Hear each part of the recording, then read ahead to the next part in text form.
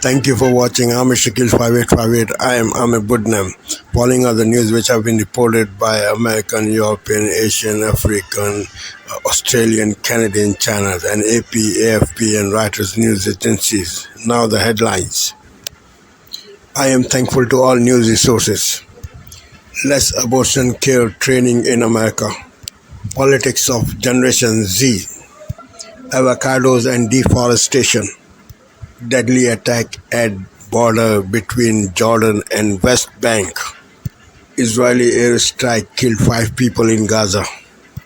Georgia shooter mother informed school half hour before shooting. Ukraine and Russia attacking each other continuously, killing people on both sides.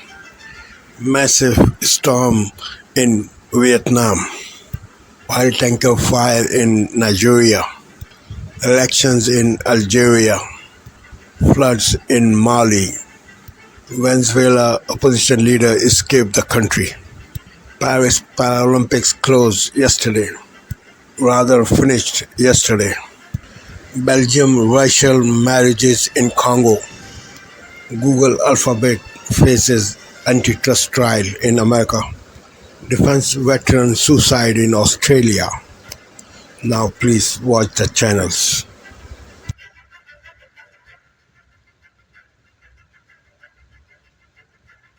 So they're beloved in right-wing circles. They've amassed millions of followers, and they're among Donald Trump's most vocal supporters. But as it turns out, they were also being paid by Russia. 6 conservative influencers are making headlines after it was revealed that they were part of a covert Kremlin-sponsored campaign to influence politics inside the United States. That's according to the Department of Justice indictment this week of 2 operatives with Russian state TV who allegedly funneled nearly $10 million of laundered money into a Tennessee-based media outlet, which was basically used as a front company to spread Kremlin propaganda inside the United States. Now, as NBC News reports, that company fits the description of the right-wing startup Tenet Media. And while it may not sound familiar to you, the name of that media company, the roster of commentators they hired for this alleged Russia scheme were already brand names in conservative media, including right-wing rage posters like Tim Pool and Benny Johnson. You've probably seen their names on Twitter. One commentator's contract required them to produce 4 weekly videos in exchange for $400,000 a month, plus bonuses. That's about $5 million a year for those of you who don't have a calculator. Now, to be clear, the indictment doesn't say that they knew they were on Russia's payroll. In fact, it does say that 2 of the 6 commentators were deceived. Nor have they been accused of criminal wrongdoing at this point. To borrow a phrase from Russian spycraft, though, these folks were most likely just useful idiots, unwitting accomplices who cashed fat paychecks and didn't ask enough questions. Since the indictment, 5 of those 6 commentators have released statements. Some have defended the content they created as their own ideas, some have claimed to be victims, and most have denied knowledge of the scheme pretty categorically. But all of that doesn't matter that much now. I mean, a lot of the damage has already been done. It's bad enough that their political views are so warped. They were apparently willing to deliver what is obviously pro-Russian propaganda on their own accord. This is psychotic. Ukraine is the enemy of this country. Ukraine is our enemy. The Ukraine operation is clearly something that is being run to enrich our elites and also, of course, to give unaccountable mountains of cash to some of the most evil people on earth. Awesome, dudes. We're subsidizing small businesses in Ukraine. Some of the people who run. Hello, America. I'm Mark Levin, and welcome to a special Sunday edition of Life, Liberty, and Levin. I appreciate all of you who tune in each and every weekend, every show. It's always my goal to bring you information and analysis you haven't heard yet, but most importantly, the facts. One of my favorite things about this show is I get to bring on my friends who are not only brilliant, but good people and patriots who love this country. So tonight, you'll hear from just a few of many who fit that description. Go. We're here with our friend, Representative Elise Stefanik of New York, House Republican Conference Chair, member of the Armed Services Committee. Elise Stefanik, in Kamala Harris and Tim Walz, the Democrat Party has decided to serve its radical left-wing kook base and not the American people. Have we ever seen two more radical extremists running for national office in the history of this country? No, Mark. Kamala Harris and Tim Walz are the most radical Democrat ticket in our nation's history. Look at their record. Look at the record of Kamala Harris. She is Joe Biden's open border czar. She owns this catastrophic failure of wide open borders, prioritizing illegals and criminals over law-abiding Americans. People have died in this country, Mark, because of Kamala Harris's role as Joe Biden's open borders are. If you look at both Kamala Harris and Tim Walz, they support defunding the police. We saw that when Tim Walz served as governor in Minnesota, and we've seen that when Kamala Harris actually raised money to bail out criminals and has stood for defunding the police. On top of that, this inflation crisis across our country, the deciding vote in the U.S. Senate was Kamala Harris while she was vice president for Joe Biden's Inflation Expansion Act. It's the most radical, most socialist Democrat ticket, and that's why it's so incredibly important that all Americans unify and elect President Donald Trump, who will save this country. And these radical leftists don't seem to learn a damn thing. Tim Walz is a proud socialist. The fact is, so is Kamala Harris. They don't like to use the word, but that's exactly what they are. They're not capitalists. So her idea for fixing the economy is more spending. This cockamamie plan for $25,000, won't that heat up the housing market? Won't that create more inflation? Won't that drive up the price of houses? And then she's got this idea about gouging. The packages are too small, and so forth and so on. Let me ask you this, Congresswoman. When Donald Trump was president, was there gouging? When Donald Trump was president, was there profiteering? When Donald Trump was president, did we have massive inflation? People couldn't afford gasoline, couldn't afford food. Maybe the problem isn't the economy. Maybe the problem isn't businessmen and employees. Maybe the problem is them. Well, you're exactly right, Mark. And Americans have to ask themselves, were they better off 4 years ago? The answer was absolutely yes. If you look at the economic strength under President Trump, it was the strongest economy in modern history. You saw wage growth. You saw the highest number of individuals working. And yet we see unemployment ticking up under Joe Biden and Kamala Harris. And importantly, the single biggest economic stress and challenge right now is inflation. And it's a direct result of the trillions of dollars that was spent under Joe. Tonight, we're tracking two fast-moving stories. The manhunt for somebody accused of opening fire on a Kentucky highway, and the mass evacuations from this California wildfire as it explodes in size. The terrifying scene as the gunman fired on cars speeding by. 9 of them hit. At least 5 people seriously hurt. The major highway shut down. Police now searching these woods. They're warning to people nearby. Stay vigilant and stay aware.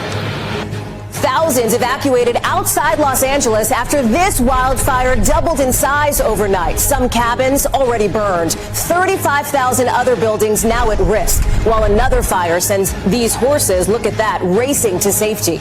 The presidential debate now just 2 days away. New polling showing a dead heat, and our new reporting on how both candidates are gearing up for the campaign's biggest primetime moment yet.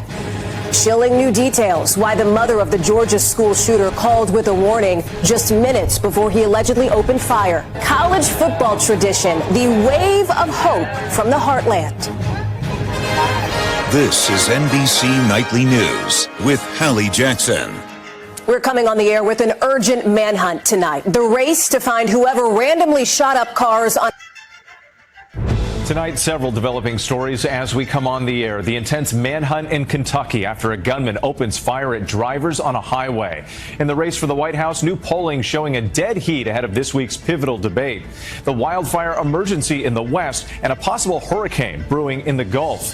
First, multiple agencies on the hunt for a suspect in the shooting on a Kentucky highway. 5 people shot and wounded. One victim describing the terror as her car came under fire. Police locating a suspicious vehicle and a weapon, but still searching for the suspect, considered armed and dangerous, and what sources are telling us about his criminal history. The ABC News presidential debate just 2 days away. Final preparations for both candidates. Vice President Kamala Harris rehearsing on stage with lighting. Former President Donald Trump on the campaign trail testing new attack lines against his opponent as a new national poll shows the race tighter than ever. Evacuations ordered in Southern California, where a wildfire is now threatening 35,000 structures. The fire creating its own weather system in the extreme heat, plus the major flood threat on the Gulf Coast as a possible hurricane could make landfall by Wednesday. Our weather team tracking it all. Also tonight, the deadly school shooting in Georgia and a new report that the suspect's mother called the school warning of an extreme emergency just before 2 students and 2 teachers were murdered. Miami Dolphins star Tyreek Hill detained by police outside the stadium just hours before his game. Authorities now ordering a review of body camera video with one officer placed on administrative leave. And the NFL with a major announcement on who's headlining the Super Bowl halftime show.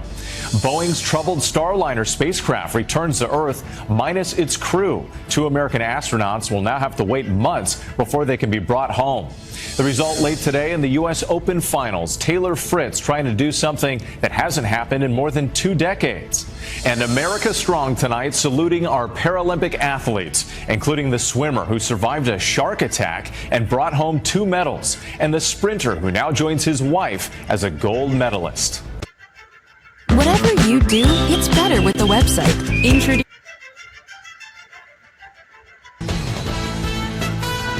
From ABC News World Headquarters in New York, this is World News Tonight. Good evening. Thanks for joining us on this Sunday night. I'm Whit Johnson. We have a lot to cover tonight.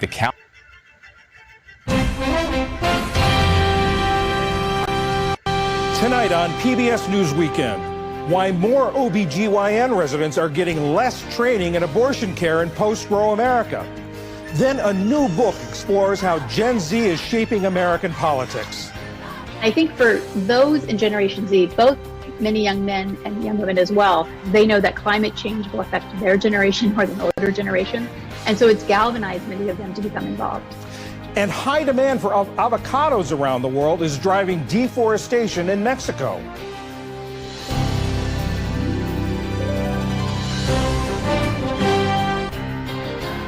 Thank you. Good evening, I'm John Yang. Violence spread in the Middle East today as a Jordanian gunman killed 3 Israelis at a sensitive crossing between the West Bank and Jordan. It was at the Allenby Bridge, which spans the Jordan River and is the main route for West Bank Palestinians to travel abroad. Israeli officials said the gunman approached from the Jordanian side, got out of a truck and opened fire at Israeli security guards who killed him in a shootout. Israeli Prime Minister Benjamin Netanyahu said the attack was due to the war in Gaza. It's a hard day. A despicable terrorist murdered 3 of our citizens in cold blood at the Allenby Bridge. On behalf of the government, I send my condolences to the families of the murdered. And in Gaza, an Israeli airstrike killed 5 people, including 2 children and a senior official in the Civil Emergency Service, which handles Gaza's first responder operations. The mother of the 14-year-old accused of killing 4 people last week at that Georgia high school has told family members that she called the school the morning of the shooting to warn of an extreme emergency. Teen's aunt said her sister related in text messages that she told the school counselor her son was having homicidal and suicidal thoughts. The Washington Post reports a call log from the family's phone plan shows a call to the school about a half hour before the shooting began. Ukraine and Russia are trading blame for attacks that injured civilians in 2 border regions. In Russia, air attacks from Ukraine injured 2 people in Belgorod. And in the northeastern Ukrainian city of Sumy, 2 people were killed and 4 others injured, including 2 children. Ukrainian officials say Russia is stepping up its attacks and targeting more populated areas. Cleanup efforts are underway in Vietnam, where the Typhoon Yagi has left a trail of death and destruction. The massive storm is blamed for at least 14 deaths and nearly 200 injuries there. Officials say the typhoon was one of the most powerful to hit Vietnam in the last decade. Yagi, which is now downgraded to a tropical depression, has left 3 million people without power. Venezuela's opposition presidential candidate has fled the country days after the government ordered his arrest. Edmundo Gonzalez is now in exile in Spain after being granted asylum. The 75-year-old ran against President Nicolas Maduro in an election that independent observers say Gonzalez won. Today, his political partner, Maria Corina Machado, said Gonzalez felt his life was in danger. And Paris said farewell to the Paralympics today. Before the closing ceremony, Team USA closed out the day with 3 more medals, a silver in women's wheelchair basketball and a bronze each in men's paracanoe and women's marathon. The United States finished the games 3rd in the overall medal count behind China and Great Britain. Still to come on PBS News Weekend, a new book looks at how Gen Z's politics is different from previous generations and the environmental impact of avocado production in Mexico. This is PBS News Weekend from Tonight, a celebration of life will be held in Winder, Georgia for Appalachia High School teacher and football coach Ricky Aspinwall. Coach A, as he was affectionately known, was one of 4 people, 2 teachers and 2 students, killed last week in the nation's latest school shooting. Despite the senseless violence, Georgia is one of the few states nationwide taking an alternative approach to keeping schools safe. Here's CBS's Stephen Stock. Yeah. You did good? Good choices? Yeah. Yeah, there you go. 5. Just another friendly face in the hallway of a Georgia school. It's an approach the state adopted 6 years ago that puts SROs and district safety coordinators working hand in hand with school administrators. We believe it takes a specific kind of person.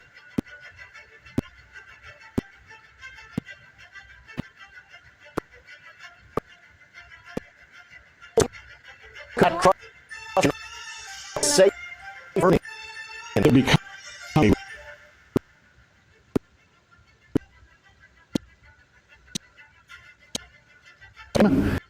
in see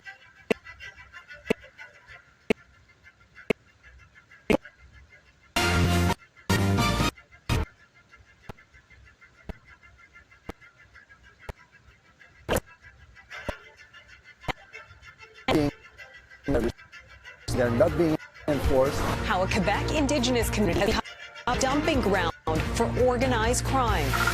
A changing of the guard. When a system is in crisis, it needs stable leadership, not chaos. The Liberal Party challenges New Brunswick's controversial leader. Plus,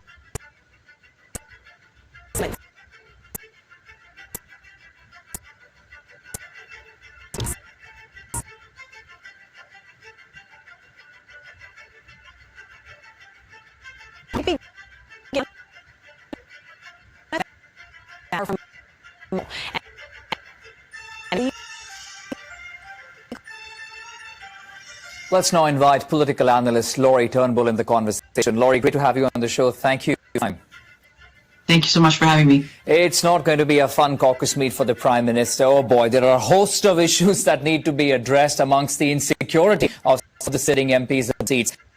I think the Prime the issue of the NDP and the path forward for this government if it survives till June 2025. Sure. I mean, I think this, as others have said, like this doesn't mean that it falls next week when the House comes back. It would mean that, but it doesn't necessarily mean that.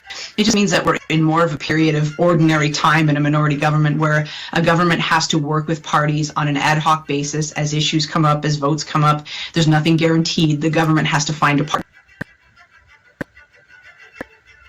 I guess that it's not going to be the Conservatives, but the reason because the NDP has departed this agreement, it means that there are potential changes. If this survives any longer, there are changes to the legislative calendar, and so things they could have taken for granted now, it could be that things are going to take longer. It could be that the NDP are going to try to extract sort of concession, which could cost money. The Bloc might try to do the same thing. A whole bunch of uncertainty comes up, even if the Liberal government is able to manage for a period. Questions about how it will be managed, and amidst all of the chaos and the how will Liberals get some clear message out to voters that resonates with people before the next election? You know, clearly a whole more. Many have been critical. Not much was done. We know that the Liberals have floundered in the polls more in One of the recent polls, Angus polls, then Conservatives at 43 at 19. If the minister has been in terms of taking on. It seems to me that the approach has been to pretend that nothing's wrong. And so even after the by-election loss in Toronto St. Paul's, which was significant, and the MPs know that, the Liberal Party brass, they all know this is a massive problem. This is an indicator of a potential disaster in the next election to lose a safe seat like that. It seems to me that the Prime Minister has kind of tried to downplay that. From the go, he didn't meet with caucus, and perhaps that was, who knows, maybe that was the right call for him. Maybe meeting with the full caucus in the heels of that would have been a problem for him. But it just seems to me from day one, there's been a downplay strategy. Now, he has met with regional caucuses, he's had conversations with MPs. Tonight, an incredible story of bravery, how a Vancouver man saved a complete stranger from a violent attack. He was wearing a balaclava over his face, and immediately I knew something was wrong. A young woman was being robbed at knife point until 3 good Samaritans stepped up. I have a sister, A CBC News exclusive. The Prime Minister set to face worried Liberal MPs. Caucus will be jittery, and a lot of it will be convincing them that there is a plan. But with sinking numbers, campaign director, can he calm rattled nerves? She started her snack business behind bars. And the tagline, popcorn so good it's criminal. Made with conviction. Now she's trying to help other former inmates build a life on the outside. People for incarceration are worthy of employment. The Canadian founder of Comeback Snacks on the prison sentence that launched her booming business. From CBC News, this is The National with Ian Hennemanson. Major developments from UN peace talks and emergency. 200 France 24 correspondents around the world. Good morning, you're watching France 24. I'm Oliver this day. Again, regular closing ceremony at the Stade de France. Paralympics chief Andrew Parsons says the games, in which 4,000 athletes took part, brought the Paralympics to a completely new level. No surprises in Algeria, as President Abdelmadjid Tebboune is re-elected for another 5 years, with 5% of the vote. But the election was marred by low turnout, with opposition parties calling for a boycott and alleged irregularities. 5 biracial women seek justice in Brussels as they appeal in a case against the Belgian government for crimes against humanity. The 5 women, all born to white fathers and black mothers in the then Belgian Congo, said they were deprived of being raised in orphanages after being separated from their mothers. It's not quite national mourning, but it is a teary goodbye for host nation France as the Olympic summer comes to an end. Antonia Kerrigan will tell us more in the press review.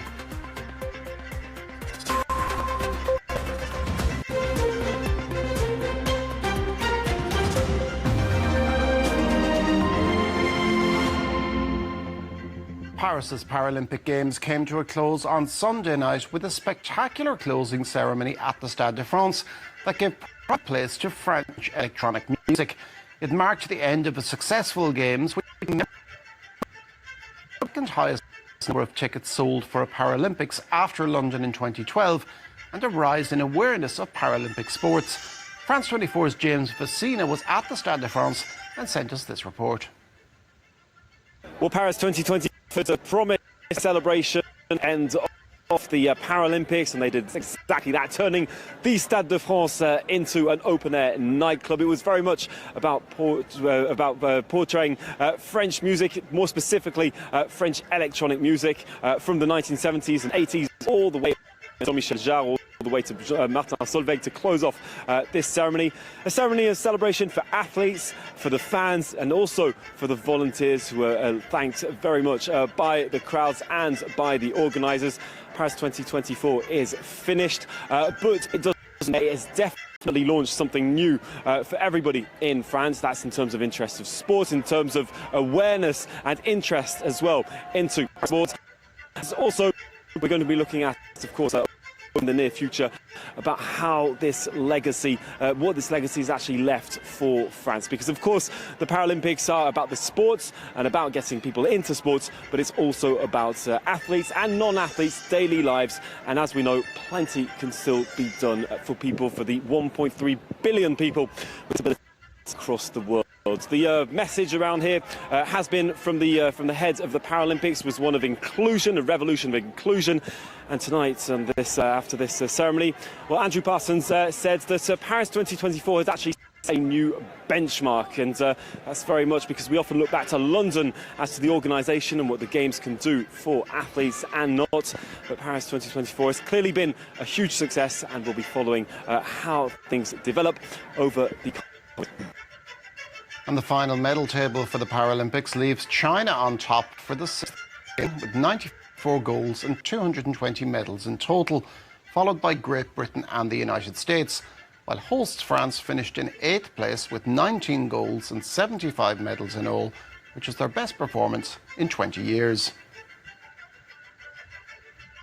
Algeria's presidential election on Saturday threw up no surprises, with incumbent Abdelmajid Tebboune re-elected for a second 5-year term. The country's electoral authority says he won with almost 95% of the vote, but his win was marred by low voter turnout and claims by the opposition and by NGOs of irregularities. Nick Rushworth reports. It was, as expected, a runaway victory. The Algerian president, Abdelmajid Tebboune, far outpaced his two challengers. Algeria's electoral authority said nearly 19 out of 20 voters chose him. أولاً المترشح الحر السيد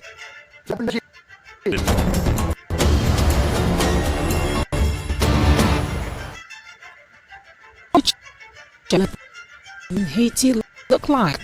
The United States of America and Ecuador circulated a draft resolution on Friday which would extend the mandate of the mission until October 2025, while the UN plans transition to a peacekeeping force. The mission has seen almost 400 Kenyan police deployed since June. The multinational force should eventually consist of 2,500 personnel. Peacekeeping operations are funded from a special UN budget, unlike the Kenya-led mission, which has been mostly financed by the US and Canada. If the proposed Security Council resolution mentions gains made by the UN-backed multinational mission, gangs are powerful. Haiti this week expanded its state of emergency to cover the whole country. The last UN peacekeeping operation in Haiti left in 2017. It was blamed for dumping infected sewage into a river, causing a cholera outbreak.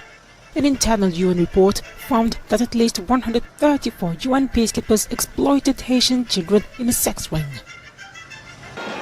Record numbers of Israelis protested Saturday against the government's failure to get the return of hostages in Gaza. Police arrested several demonstrators as they again poured into the streets of Tel Aviv. After the discovery of 6 dead hostages last week, Benjamin Netanyahu asked, "Rains across Nigeria and Niger have forced nearly 950,000 people away from their homes." NGO Save the Children alerted Friday about the risk of disease, hunger from crop destruction, and disruption to education that the situation incurs to the hundreds of thousands of children now displaced. While this is normally the rainiest time of the year in West Africa, this year's rains have been more severe than usual. Widespread flood have affected people have been killed in the 3 countries. Afro hair in all its beauty. More and more Cubans, especially young people, are embracing their natural hair to express pride in their African heritage. La Habana hosted the island's first Afro Beauty Aesthetics Convention. Medical student and entrepreneur Talia Quesada created a line of natural skin and hair care.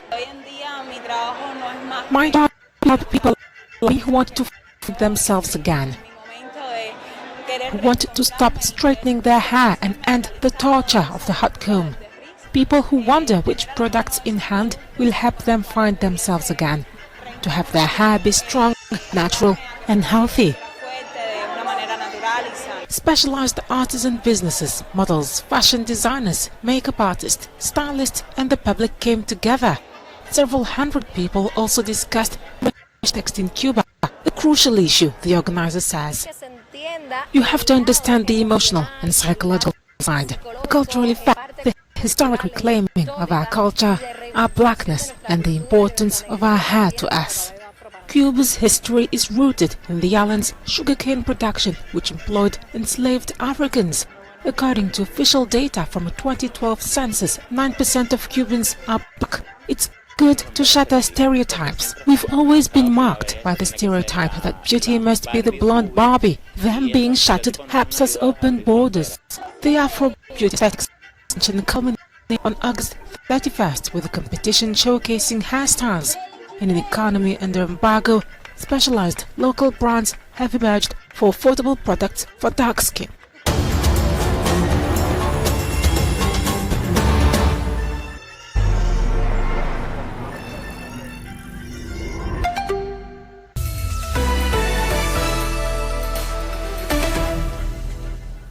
This is DW News, and these are our top stories.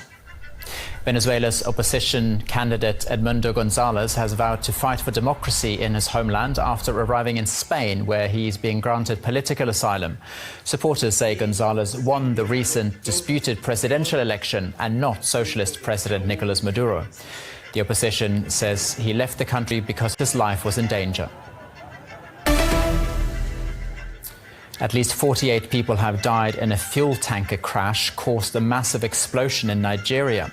A spokesperson from the Emergency Management Agency said all those killed had been given a mass burial close to the site of the collision. Around 50 cattle also died in the incident. In Paris, the 2024 Paralympics have come to a close with a ceremony at the Stade de France. It marks the end of 11 days of competition between the world's best athletes with disabilities. The Paralympic flag was passed to Los Angeles, which will host the next Games in 4 years. This is DW News from Berlin. There's more news on our website at dw.com. Sunday 7:30 on ABC.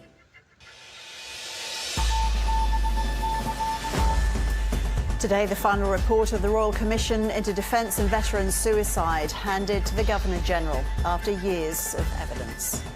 The problems are clear. They're not new, but they're clear, and we hope that the Royal Commission has achieved one thing, which is to make the problems undeniable.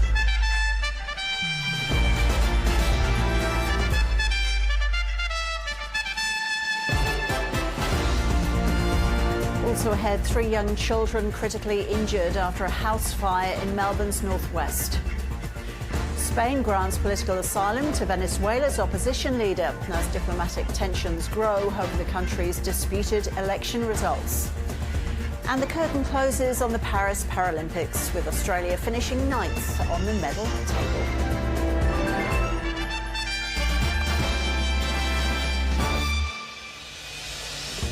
Hello and welcome to ABC News. I'm Ros Childs. After 3 years of evidence and over 6,000 submissions, 122 recommendations addressing the suicide rate of veterans and serving defence personnel have been handed to the Governor-General. The Royal Commission heard from around 350 witnesses over a dozen public hearings across the country. Commission Chair Nick Good morning. Hope you're having a lovely morning out there. Winter fuel vote rebellion. Yes, rebel Labour MPs could refuse to vote with the government on their planned cuts. She said he is not happy with the decision, but insists it is necessary. Attention decision and quite rising, facing flashpoints with the unions. Back in bed. The shadow candidate back in Tory leadership, saying she has the X factor and handcuffs. Secretary of State Antony Blinken will arrive in the UK today to begin a 2-day visit covering Ukraine and Middle East talks.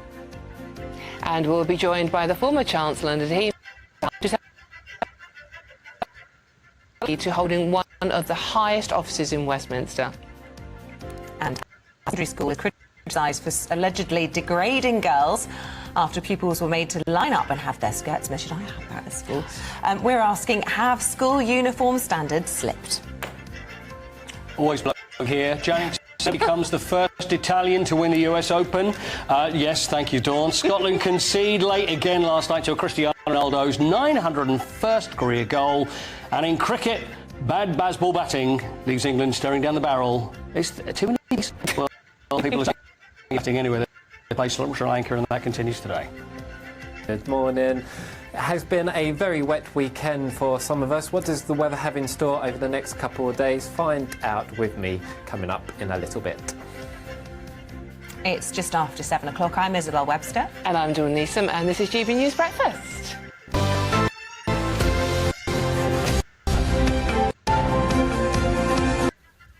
This is Asia Now. Good afternoon. It's 2 p.m. in Singapore and Hong Kong, 11:30 in New Delhi, and 1 o'clock in Jakarta. I'm Ilakia Silveraji. Vietnam's death toll from Typhoon Yagi rises to 24 as authorities warn of more heavy rain, flooding and landslides. 300 people have been injured as the powerful typhoon slammed into the region. Philippine senators confront district mayor as more lying in ongoing investigations into her alleged criminal ties. She's accused of fraud, money laundering and human trafficking. And Pope Francis is in Timor-Leste for the third leg of his 12-day Asia-Pacific tour. More than 700,000 Catholics are expected to attend Mass with the pontiff in the capital, Dili.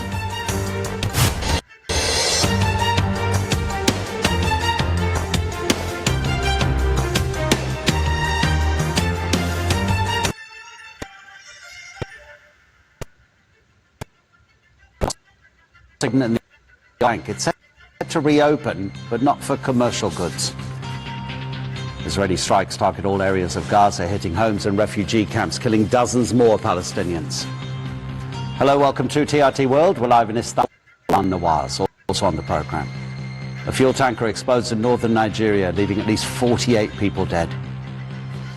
Plus, Abdelmajid Tebboune is re-elected as Algeria's president, but the turnout is low. There are also claims of irregularities.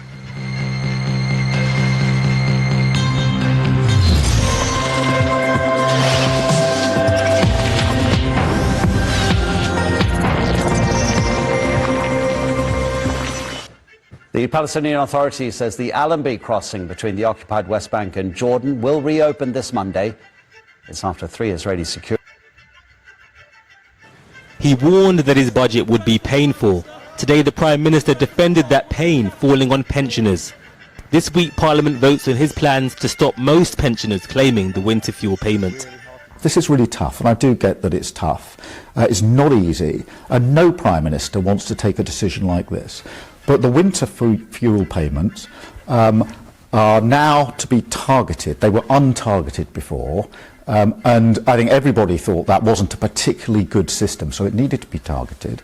Obviously, those most in need will continue to get the payment. Until now, the winter fuel payment had been a universal benefit that even wealthy pensioners were eligible for. The tax-free yearly payment is £300 for those over 80 and £200 for younger recipients in England and Wales. Last winter, over 10 million people were eligible for the payment, but this winter that number is estimated to fall to just 1.5 million. The estimated saving to the public purse is £1.4 billion, a fraction of the £22 billion gap in the budget that the government says it needs to close. What do we want? Restoration. Before the election, raising public sector pay had been an urgent call. In July, the pay rise the new government granted cost them £9 billion. And as Keir Starmer heads to the Trade Union Congress this week, he will be facing further calls to increase investment in public services. But at what price? And just who pays? We will be looking for a budget that is prioritising growth, steps to restore our public services, and I think you heard the Prime Minister say that those with the broadest shoulders need to bear the heaviest burden. And do pensioners have the broadest shoulders? Well, look, I think there are concerns about that winter fuel payment. You know, our conference is going to be debating that this week. Again, that's an opportunity, that budget, for the government to set out how it's going to support pensioners. This is the time of year when the weather changes, and so too is the political climate. as the Prime Minister faces a rebellion from Labour MPs in Parliament this week. Why are you prepared to rebel when we know that wealthy pensioners are eligible for this payment? We know that this is going to be means tested, which means the most vulnerable will still be eligible. We know there's about 1 million pensioners above the pension credit threshold who are in fuel poverty, and taking away the winter fuel payment will mean that those people have that tough choice between heating and eating, or indeed going cold, and that's why we need to protect the vulnerable. On Tuesday,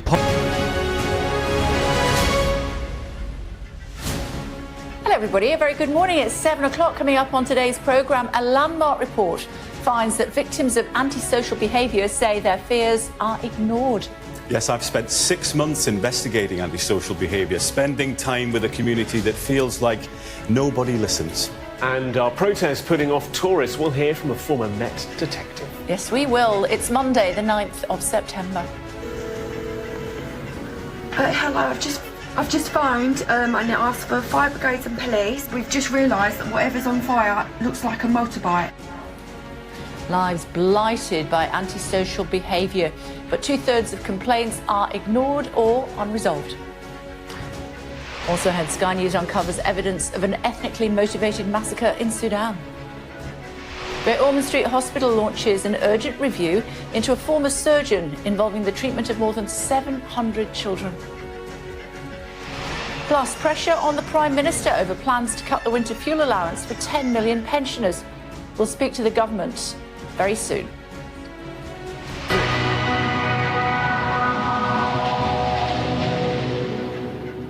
Paris says farewell to the Paralympics and a glorious summer of sport with a spectacular fireworks display.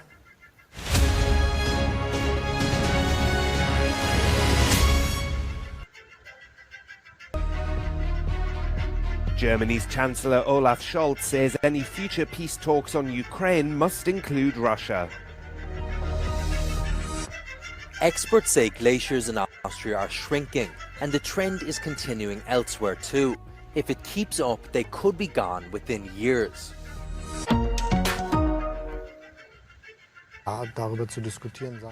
Germany's Chancellor Olaf Scholz has said that he and Ukrainian President Volodymyr Zelensky agree that Russia should be